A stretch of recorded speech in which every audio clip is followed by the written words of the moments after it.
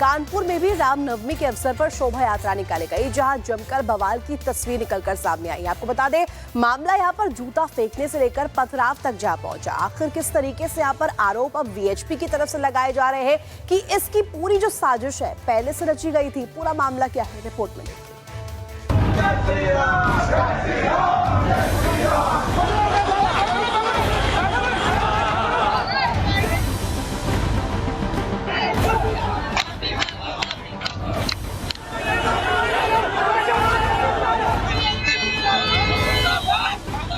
शोभा यात्रा पर पथराव, जुलूस पर फेंका गया जूता।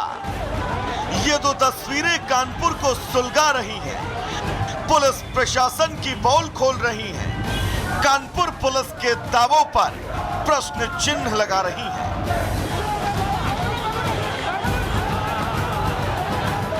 ये वाकया तब हुआ जब कानपुर में शोभा यात्रा निकाली जा रही थी।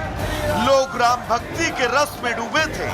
उस वक्त अचानक शोभा यात्रा में भगदड़ मच गई। लोग इधर उधर भागने लगे, चीखने चिल्लाने लगे, लेकिन मौके पर मौजूद पुलिस मूक दर्शक बनी रही। लोगों का आरोप है कि शोभा यात्रा के दौरान छतों से पथराव हुआ, जिसकी वजह से लोग अपनी जान बचाने के लिए भागते नजर आए।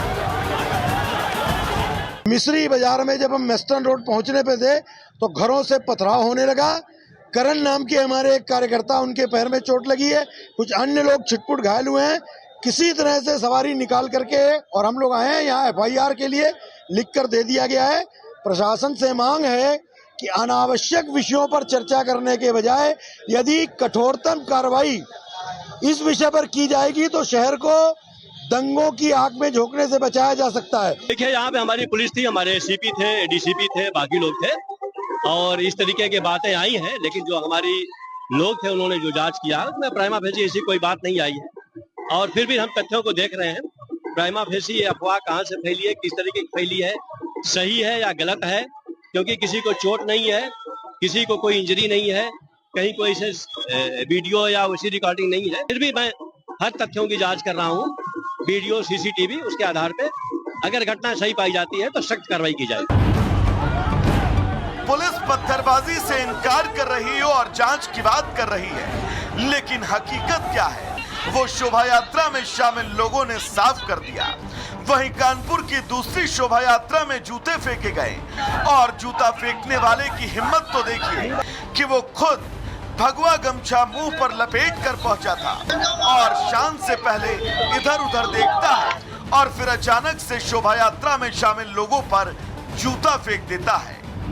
लोगों ने नकाबपोश को पकड़ा और पुलिस के हवाले कर दिया, लेकिन कानपुर की पुलिस इतनी निकम्मी निकली कि पुलिस के चंगुल से ही आरोपी फरार हो गया और पुलिस बस मूक दर्शक बनी देखती रह गई। वैसे भी कानपुर में शोभा यात्रा के दौरान लाउडस्पीकर के विवाद की वजह से राम भक्तों में नाराजगी दिखी और पुलिस प्रशासन पर सवाल उठा दिए।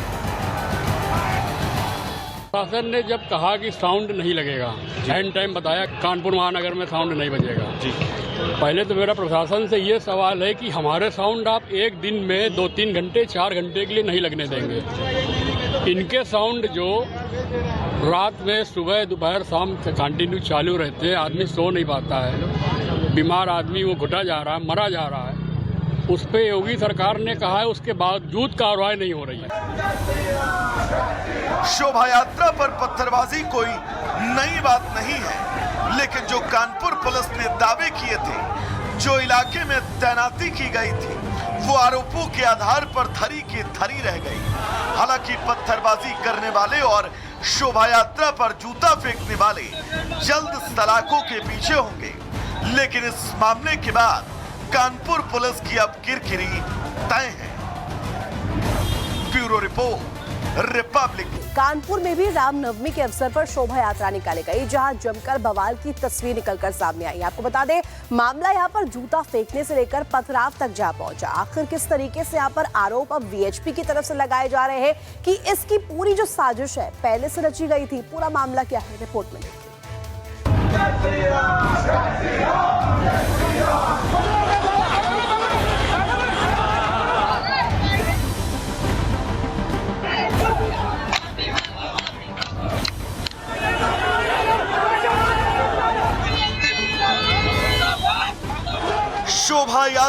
पर पथराव, जुलूस पर फेंका गया जूता, ये दो तस्वीरें कानपुर को सुलगा रही हैं। पुलिस प्रशासन की पोल खोल रही है। कानपुर पुलिस के दावों पर प्रश्न चिन्ह लगा रही है।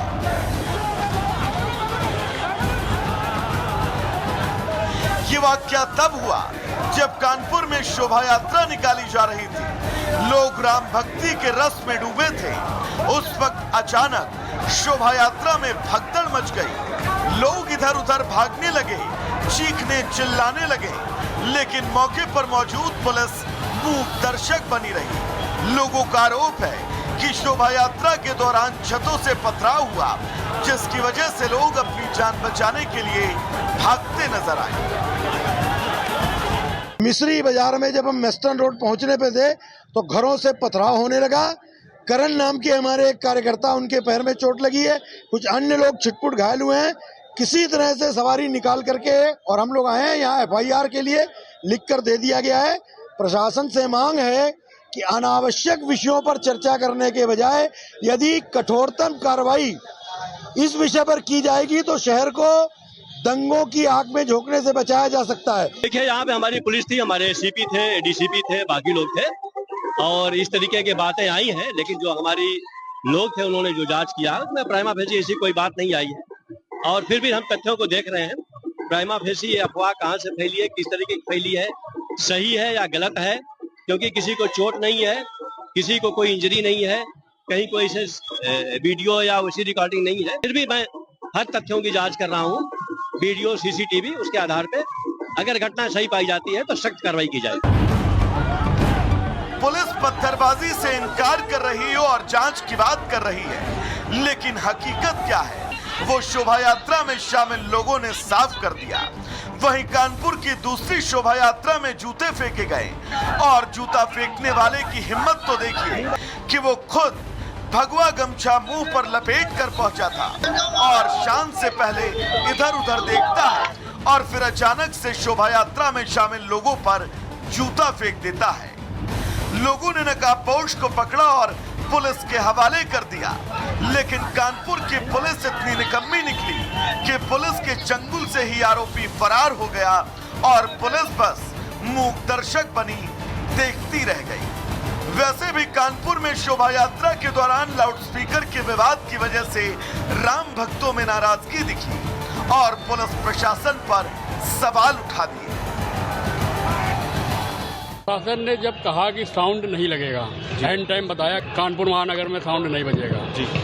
पहले तो मेरा प्रशासन से ये सवाल है कि हमारे साउंड आप एक दिन में 2-3 घंटे 4 घंटे के लिए नहीं लगने देंगे। इनके साउंड जो रात में, सुबह, दोपहर, शाम कंटिन्यू चालू रहते हैं, आदमी सो नहीं पाता है, बीमार आदमी वो घुटा जा रहा है, मरा जा रहा है।